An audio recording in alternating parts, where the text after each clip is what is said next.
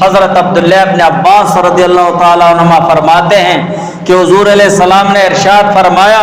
اللہ تعالیٰ کے نزدیک 10 ذی الحج کے دنوں سے زیادہ افضل دن اور کوئی نہیں، اور نہ ہی ان دنوں میں کیے جانے والے عمل سے زیادہ کوئی عمل اللہ کو محبوب ہے۔ چنانچہ ان دنوں میں